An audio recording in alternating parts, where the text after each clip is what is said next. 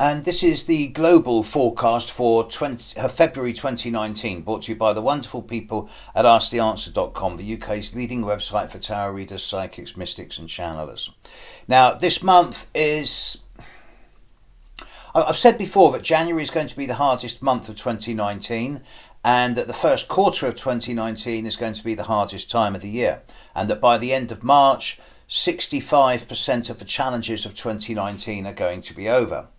February is going to be slightly easier than January, but it's also going to be sharper in certain areas. The reasons for this are basically just three. The new moon on February the 4th at 15 degrees of Aquarius is exactly halfway between Saturn at 15 Capricorn and Neptune at 15 Pisces.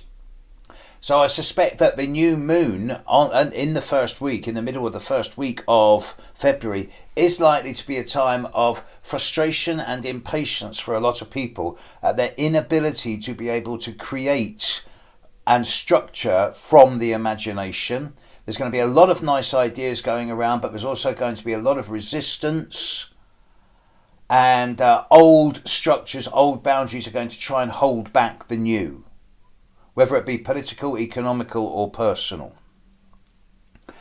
The full moon on the 19th of February is in a much better position. It's at 0 degrees of Virgo, strongly trining both Mars at the start of Taurus and Uranus at the very end of Aries. So I think the full moon's a much nicer one, and I look forward to seeing that in the sky.